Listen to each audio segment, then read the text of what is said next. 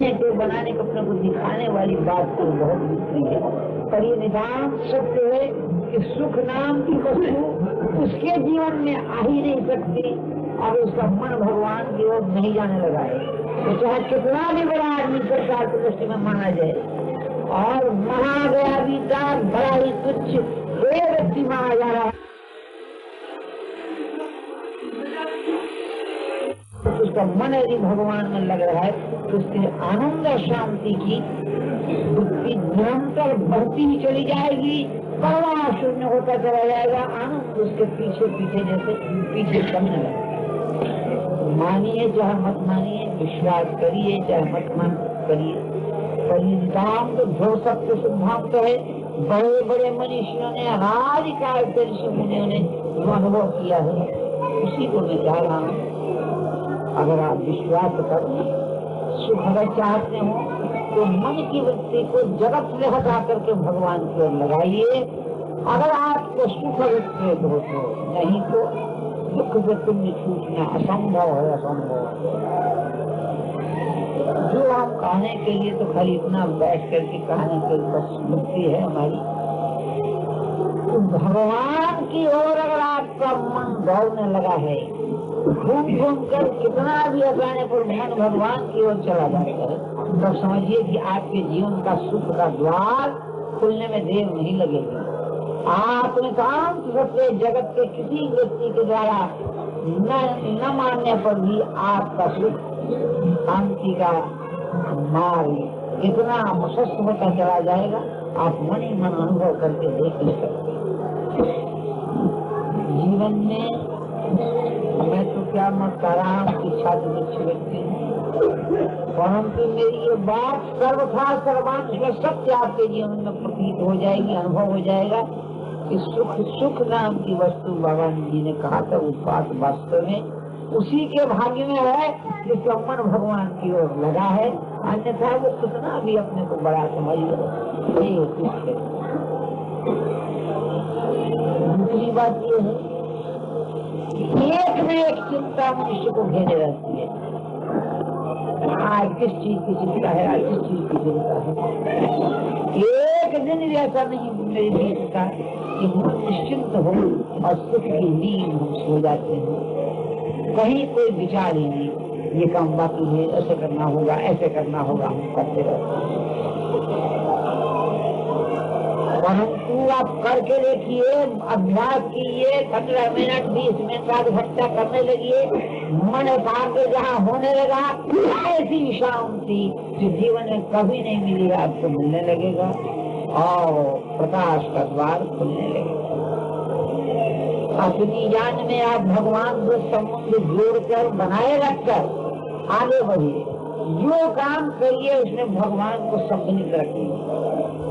तो क्या होगा, आपकी जितनी ऊहापोह की वृत्ति है सब समाप्त होने लगेगी और आप बहुत जल्दी सुख शांति के मार्ग पर अवस्थित कर दिए जाएंगे और आपका सुख और शांति का मार्ग इतना बड़ा दिखने लगेगा आपको कि अब कुछ बाकी नहीं रह गया, मन आनंद से भरा रहेगा और आप आगे से आगे करते हैं।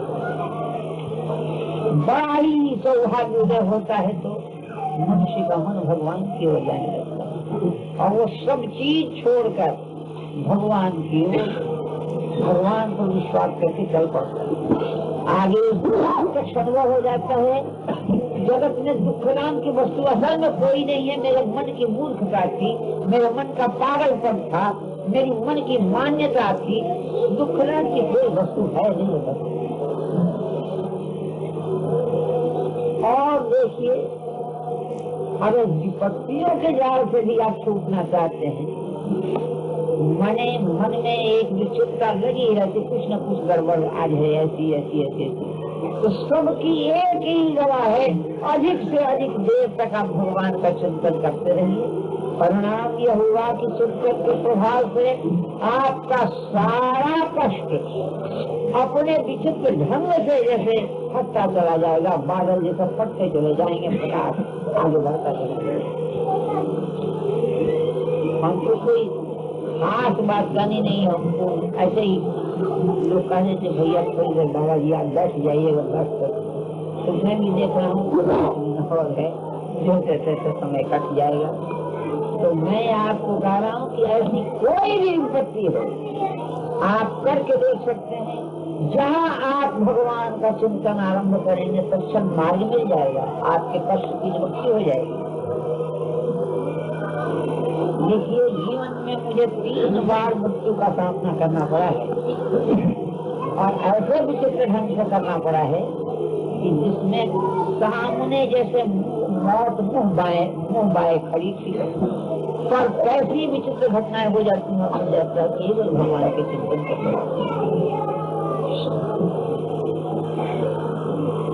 अब तो हमको भय भी नहीं लगता, कुछ भी भयनाक वस्तु हमारे लिए है।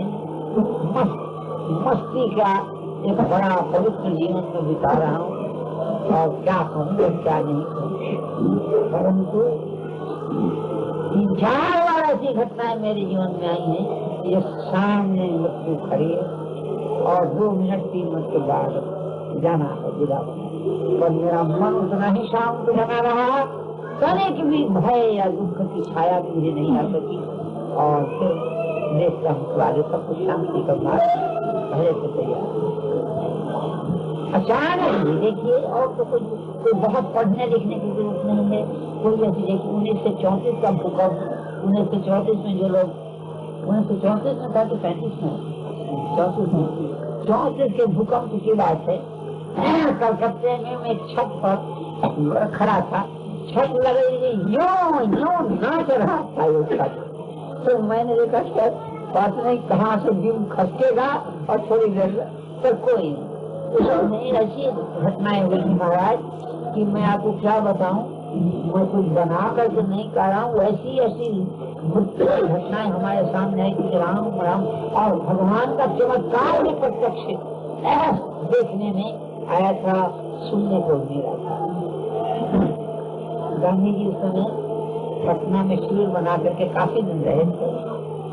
जो भी हो, तो मृत्यु की भी घटनाएं ऐसी ऐसी जैसे क्षण में रक्षा करने वाला साधक था और उनकी रक्षा हो गई।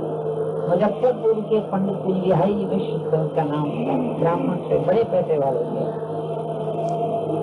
क्या हुआ, अपने घर से बाहर गए तो पति पत्नी दोनों चले गए, तो बड़ा आलिशान पक्का मकान था। उनकी लड़की जो थी भगवान श्री कृष्ण की बड़ी भक्तिमती थी, बेचारी 4थे तल्ले में या 3थे तल्ले में ये कर भगवान की उपासना करती थी, 15-16 साल की लड़की। तो क्या हुआ कि जब भक्ति नाचने लगी हो तो बेचारी घबरा गई। अब घबरा करके वो और तो कुछ उठा नहीं सके, अपने ठाकुर जी श्री कृष्ण की जो मूर्ति थी उसको उठा करके उसने छाती से चिपका लिया और बड़ी तेजी से पहले तल्ले दूसरे तल्ले दूसरे तल्ले से पहले तल्ले में आई। पहले तल्ले से जब वो आंगन में आगे निकलने जाता तो सारा मकान उसी भूकंप में उसके ऊपर आकर के गिर गया और उसको भीतर पर अलग विचित्र ढंग से उसकी जैसे एक बड़ा भाई ऐसे करके उसके ऊपर आ गया, चाहे इधर बाएं गए और उस बेचारी को लगा कि उसका दम घुटने लगा, हवा बिल्कुल नहीं थी। तब उसने विचित्र पट्टे जो भगवान से उसको याद किया है ना, ऐसे करके पुकारा। तुरंत एक छोटा सा बालक 9-10 वर्ष का बालक हंसता हुआ उसके सामने खड़ा हो गया और बालक उससे बोला कि तुम घबरा मत, 3 दिन के बाद तुम्हारे माँ बाप सब ये हटा करके तुमको बाहर जी निकाल लेंगे। और खड़ा हंसता रहा सामने, तो उसके मन में कोई दुख नहीं रहा। सांस की जो कष्ट, सांस की जो पीड़ा हो रही थी वो पीड़ा भी मिट गई और वो बेचारी बड़े मजे में पड़ी उसके भीतर गई। वो पंडित जी बेचारे कुछ बिहारी विश्वाई उनके जितने आदमी थे सब लग करके दिन रात बिना खाए के 3 दिन तक लगातार लगी इकलौती थी। उसके जब भर तो गई ही होगी पर उसका शौक निकालने लगे। उसके बाद ऐसी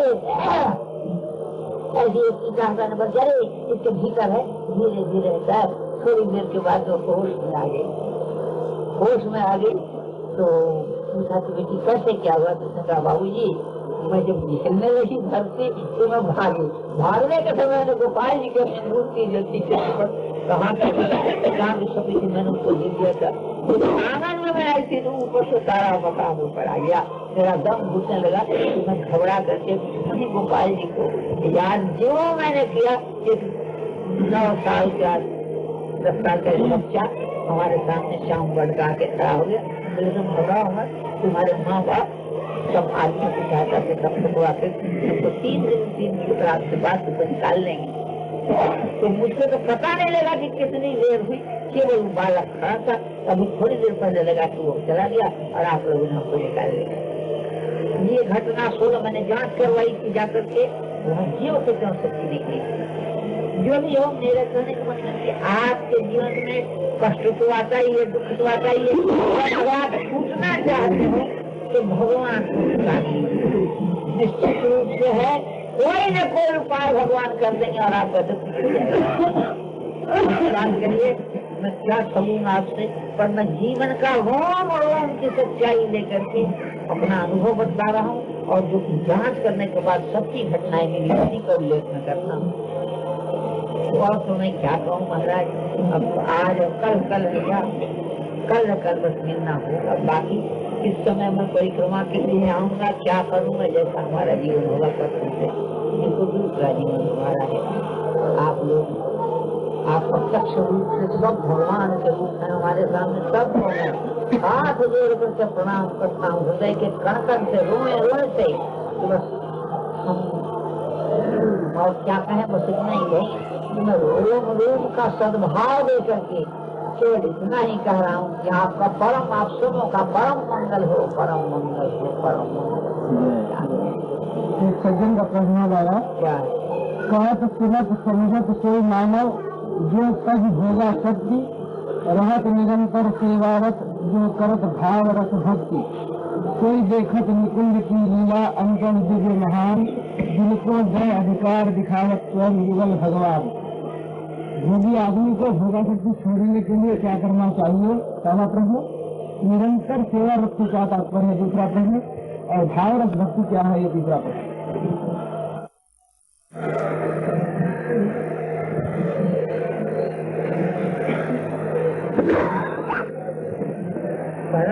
भोगी आदमी को भोगा शक्ति छोड़ने के लिए क्या करना चाहिए? पहले तो जो भोगी आदमी है ना, वो माने कि मैं भोगी हूँ कि नहीं हूँ। केवल प्रश्न के लिए जो सज्जन प्रश्न पूछते हो तो उनका समाधान तो मैं करने से, पर अगर सचमुच उसकी भोगा शक्ति उनके अंदर है या उनका मन व्याकुल है, तो छोड़ना चाहते तो पहले वे सोच लें कि अगर मेरे भोगा शक्ति है तभी छूट सकती है कि जब तक मेरा मन छोड़ने के लिए तैयार हो जाएगा। तो चाहे बात बना करके, कुछ भी चिट्ठी लिख करके, चाहे जैसे भी पूछ लीजिए, अच्छी बात पूछनी, अच्छी बात करनी बड़ी अच्छी चीज है, परंतु भोगा शक्ति छूटने की जब तक उन सज्जन की आंतरिक इच्छा नहीं होगी, उनको बड़ा कष्ट नहीं होने लगेगा कि क्या करूं, कैसे उपाय से हमारी भोगा शक्ति छूटे, तब तक छूट नहीं सकती। और यदि जहाँ उनके अंदर तर्पण आई कि भगवान की कृपा का एक क्षण जरूर ढलक जाएगा, ऊपर उपाय मिल जाएगा कि छोटे ऐसे कर देखो कैसे छूटता है, अपने आप नवीन से नवीन कोई उपाय आ जाएगा ध्यान में, यूं मन निर्मल होकर होगा सकते हैं। दूसरा क्या सवाल है? निरंतर सेवारत रहने से क्या तात्पर्य है? निरंतर सेवारत से तो मैं इतना ही समझा कर कोशिश करके कि भगवान का चिंतन निरंतर होता रहे, जिस भाव से, जैसे निकुंज की लीलाओं का चिंतन हो, अथवा किसी प्रकार किस प्रकार से भज सेवायाम धातु से बनता है, भज मैंने भगवान से, भगवान की सेवा का नाम, तो सेवा क्या प्रश्न को नहीं जब निरंतर सेवारत रहने से, सेवारत का वही है कि भगवान के चिंतन में मन जुड़ा रहे, लगा रहे, सबसे ही समझ पाए बता देना। तीसरी बात, भाव रस भक्ति क्या है? भावरत भक्ति, ये तो सवाल ही चला था हमको। भावरत भक्ति, भावरस भक्ति, भावरत भक्ति, अच्छा हम भावरत भक्ति, भाव भी हो और बस उसमें आनंद भी आने लगे, और उसके बाद फिर भगवान का चिंतन हो, उसी को भाव भक्ति कहेंगे। और तो क्या कहेंगे? भाव क्या है भाव दो प्रकार का होता है। एक भाव तो सिद्धि की दशा आने से पहले उत्पन्न होती है, उसका नाम रति रहता है, तो उसको भी भाव कहते हैं। और दूसरा भाव होता है कि जब मनुष्य को मनुष्य को प्रेम की प्राप्ति हो जाती है, उसके बाद प्रेम का परिपाक होकर के उसका नाम बनता है स्नेह, स्नेह का परिपाक होकर के फिर उसका नाम बनता है मान का परिपाक होकर के फिर उसका रूप हो जाता है प्रणय कहलाता है वो। उसके बाद प्रणय का परिपाक होकर के उसका नाम राग हो जाता है, राग का परिपाक होकर के अनुराग बन जाता है, अनुराग का परिपाक होने पर भाव बनता है, और भाव का परिपाक होने पर महाभाव बनता है। इतनी 8 सीढ़ियां हैं। तो उसी में एक जो भाव है रति को भी, जो प्रेम प्राप्ति के पहले की दशा होती है, जिसके लक्षण माने जब रति की दशा उत्पन्न हो जाती है तो शांति रजत सकारात्मक विरक्तिर मानसिकता आशावंता नाम गाने सराहती आसक्ति सब गाने प्रीति सब करे। इस प्रकार के 9 लक्षण उसके अंदर मनुष्य के अंदर उत्पन्न हो जाते हैं। वो दशा भी रति का नाम, रति की दशा है, तो उसको भाव भी, दूसरा नाम भाव भी को कहते हैं। इसी भाव रस भक्ति। तो जिस भक्ति में, जिस भजन में भाव भी हो और रस भी, माने आनंद भी आने लगे, तो आनंद तो जब प्रेम का उन्मेष हो जाएगा तो आनंद आएगा। माने यही समझ का मैं बता सकता हूँ। बाकी किसी अच्छे पंडित महात्मा से पूछना चाहिए, हम तो बहुत कम पढ़े लिखे आदमी हैं, अब प्रश्न उत्तर करने की न हमारी आदत है, न हमारी योग्यता है, और क्या करें। तब हम आज्ञा लेके जा रहे हैं, रास्ता माता गई हमारे। 6 दिसंबर 1978 को गीता वाटिका में परिक्रमा के बाद पूज्य श्री राधा बाबा के उपदेशामृत।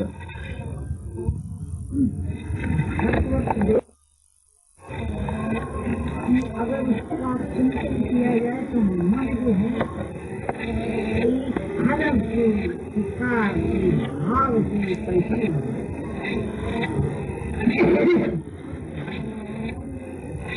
मुझे ठीक याद नहीं, 1911 के आसपास की बात है, के आसपास मेरा जन्म हुआ, इसलिए याद का मतलब पर उसके भाषा हमारे सामने बहुत मांग।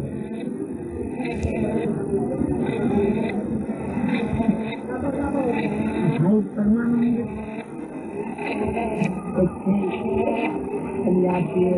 उनको काला पानी की सजा हुई। अब उन्हीं के सहोदर छोटे भाई बाल की फांसी की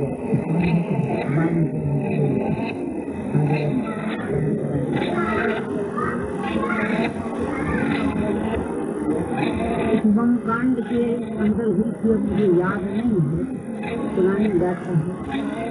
और फिर मैंने उनकी गाथा संकलन करके जो चेष्टा की, सफलता मुझे नहीं मिली थी। बहुत उस समय अंग्रेजों का राज्य था और उस समय कुछ हुआ बड़ी मिली कठिन हुई। रिश्तेदारा में परमानंद के छोटे भाई का नाम बालमुकुंद, तो बालमुकुंद पकड़े गए। बालमुकुंद बचपन से ही घर से विरक्त रहते थे, उनके हृदय में बड़ी प्रेम की आग जलती रहती थी। वो किसी से कुछ कहते नहीं, पर मन ही मन उनका मन जिसके लिए प्राण में सवर करने की मन ही उनके मन में एक लालसा थी कि प्राण चला जाए, कुछ भी हो जाए, तो मेरा देश भारतवर्ष खत्म करेगा। और इस इच्छा को लेकर बालमुकुंद बेचारा प्रयास करने लगा अपने ढंग से। अंत में बालमुकुंद बेचारा पकड़ा गया। रिश्तेदार की बात तो पकड़े गए। उसके बाद बहुत चेष्टा हुआ। उनके पहले बालमुकुंद जब थे तो बचपन में बिल्कुल विरक्त रहते थे। लोगों ने उनका मन किसी प्रकार संसार में फंस जाए, इसके लिए उनका ब्याह कर दिया। उनकी पत्नी का नाम था राम ऋषि बाई। राम ऋषि बाई जो पत्नी है बड़ी सुंदरी थी, बड़ा सद्गुणशाली थी, बेचारी बड़ी निष्ठा के साथ पति को सेवा करती, परंतु जीवन में पति को अपने मोह के बंधन में फंसा नहीं। बालमुकुंद देश के लिए निछावर होने की तैयारी कर चुका है और धीरे धीरे धीरे उनको पकड़ा गया। जब बालमुकुंद जी पकड़ लिए गए तो रावणी की बाई बेचारी घर में अकेली। उसने पूछा कि हमारे पति को खाने के लिए क्या मिलता है? तो लोगों ने बतलाया कि भूली मिली हुई रोटी मिलती है और भूली मिली हुई दाल मिलती है। तो उसके खाने के लिए जो मिलता बेचारी ले लेती, अपने बर्तन में ले लेती और उसमें थोड़ा सा बालू एक बर्तन में रखी थी, इतना सा बालू लेके मिलाते थे और उस बालू के रोटी या दाल खा लेती। लोग पूछते ऐसा क्यों करते? मेरे को खाने के लिए मिलता है तो मैं कैसे खाता? दिन बीच में लगे थे, उसके बाद चले गए। भाई परमानंद ने बड़ी चेष्टा की उसको बचाने की, परंतु उनको फांसी की सजा होगी बालमुकुंद को और धीरे धीरे फांसी का दिन निकल गया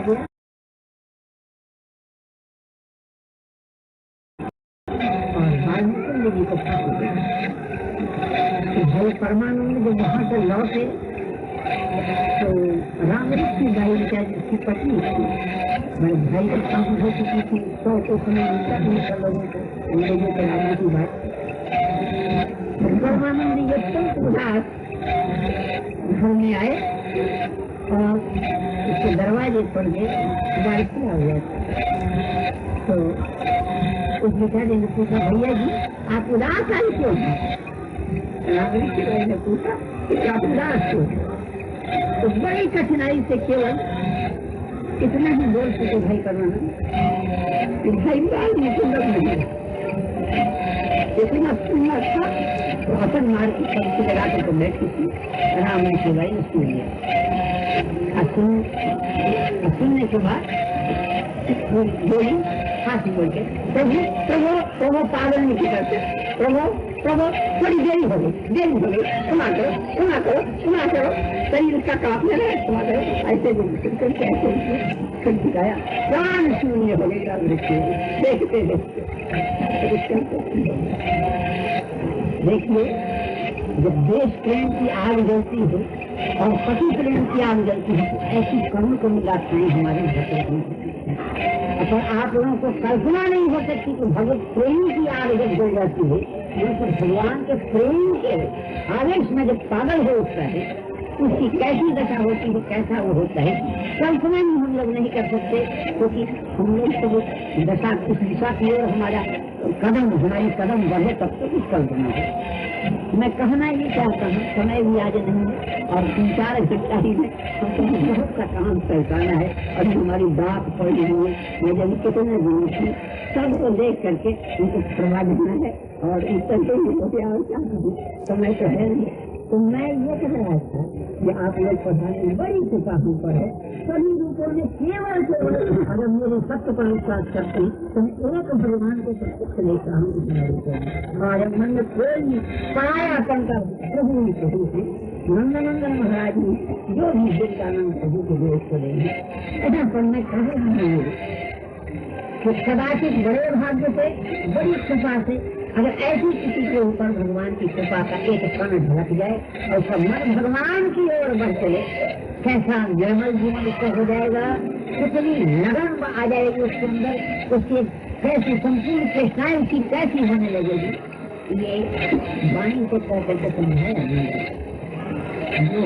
मेरी प्रार्थना इतनी है कि आप लोग अपने पर भी कृपा कर लीजिए, हम पर कृपा आपकी अनंत है, अपार है कि मन आपका थोड़ा बहुत भी भगवान की ओर लगने लग जाए। यहाँ वास्तव में आपके जीवन का संपूर्ण जो केवल गर्भ की दिशाओं में हो रहा है, प्रायः कुछ व्यक्ति होंगे जिनका जीवन सफलता की ओर जा रहा हो, जिनको अधिकांश का जीवन मैंने जो करीब 62-63 वर्ष में मैंने 63-64 वर्ष में मैंने देखा है, सीख हमको याद है कि जैसे आप मैंने हम लोगों का जीवन जो है बिल्कुल माटी का बोझ दिखता चला जा रहा है, मिट्टी का शरीर है सब दिखता जा रहा है।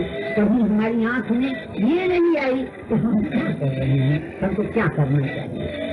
जैसे भैया भगवान, जैसे एक भैया अगर कुआं में जाके गिर गई तो पीछे सब भूल गिर जाएगी, वैसे ही हम जहाँ एक जा रहा है तो सब करेंगे। इस दिशा में जाइए जहाँ जाने पर शांति का साम्राज्य खोले, अनंत अपार अखंड शांति आपका स्वागत करे। सबसे जीवन सफलता किए जा रहा है, जाएगा। और नहीं तो मैं क्या कहूँ, भगवान आप लोग भी अपनी पहली कृपा कीजिए। मैं चाहता था ये कि कदाचित जीवन में आप लोग को दो चार वर्ष अगर भगवान की ओर कदम बढ़ा सकते तो प्रत्यक्ष भी दिलाता। आज भी भगवान वैसे ही है, आज भी उनकी अपार अनंत दया का समुद्र वैसे ही लहरा रहा है, पर हमारी आँख बंद है, हम शराब के नशे में सो रहे हैं। तो हमको कैसे अनुभव होगा कि भगवान की कृपा कितनी विलक्षण और कितनी सुलभ वस्तु जो भी है। मैं इतना कह करके मैं ये कह रहा हूँ कि देखिए आज मैं आप सबों से विदा ले रहा हूँ, इसलिए तो हमारे जीवन में मैं देखता हूँ कि अब मेरा काम समाप्त हो गया है। मैं जो कुछ कर सकता था कर चुका हूँ। आगे ऐसा लगता है, अनुमान है, हमको ठीक पता तो ही, पर कल या परसों हमको पता मिल जाएगा तो मैं मौन हो जाऊंगा, कहने नहीं आऊंगा किसी को कि कुछ काम के लिए भगवान ने हमारा उनके मुझे कुछ किया है तो उनके निमंत्रण से मैं जाता हूँ। मैं इतना भी चाह रहा हूँ कि जो भी आप लोग अपने यहाँ पर आए हैं सबके चरणों में अनंत बंधन इसलिए कर रहा हूँ कि प्रभु ही प्रभु आप लोग हमारे द्वारा अपनी जान में मैंने चेष्टा की है जीवन भर किसी के मन को न दुखाओ। और कुछ ऐसी स्थिति है मेरी मन की कि मैं कैसे कहूँ तो हम कोई ऐसे आदमी तो लगता है कि आप कहिए ना ये बाबा जी बहबर से बोल रहे हैं तो बाबा जी तो थे नहीं रहेंगे। कोई आज बोलने के भीतर है भी जरूर रहेगा भी जो कि बोलता है और वो कौन बोलता है इसको कौन बताए। इतना ही कहते जैसे देखिए वल्लभ भाई पटेल वो बड़ा बोलते थे, पाकिस्तान बन चुका था तो पाकिस्तान को जब भी रेडियो पर इनका ब्रॉडकास्टिंग शुरू होता तो सीधे उनकी भाषा ये होती तो पाकिस्तान को क्या कहते, कुत्ता तो कुत्ता, रोटी मांगता था, रोटी मांगता था। ऐसे ही हिंदी जो गुजराती है हिंदी ठीक तो बोलने आते नहीं, कुत्ता था कुत्ता, रोटी मांगता था। अपनी रोटी में से तोड़ करके एक टुकड़ा दे दिया, ले खा ले, भूखना मत, अब अगर भूखेगा मरेगा रंगा फिर तोड़ देगा। और वहाँ लीजिए उनके राजस्थान के छोटा सा बच्चा अगर सुनता रेडियो पर बैठ करके इसमें तो बोल रहा दूधा, अच्छा खा रहा एक उठा के भात था और पकड़ करके एक भाषा दे मारता तो रेडियो खोल जाती। परंतु वल्लभ भाई पटेल का क्या बोलता उसका बोलता वो वहाँ से दिल्ली से ब्रॉडकास्ट कर रहा है। तो वैसे ही देखिए हम जानते हैं कि हम आपको क्या करें जो कि वास्तव में अगर हमारे द्वारा किसी को कड़ी बात सुनने के लिए निकली तो मैं किस मुँह से कहूँ बोलने वाला कोई और होता है, नाम तो हवा निकल रही है कि दुख कई साल इतना बढ़ बढ़ के मिलता है अभी दिखाते बाहर नहीं निकल जाए तो मेरा तो छूटने से भगवान का कुछ भी रह जाएगा तो दूसरे रेडियो से बोलना लग जाएगी, जहाँ पर रेडियो से सक्सेस होगा बोल देंगे।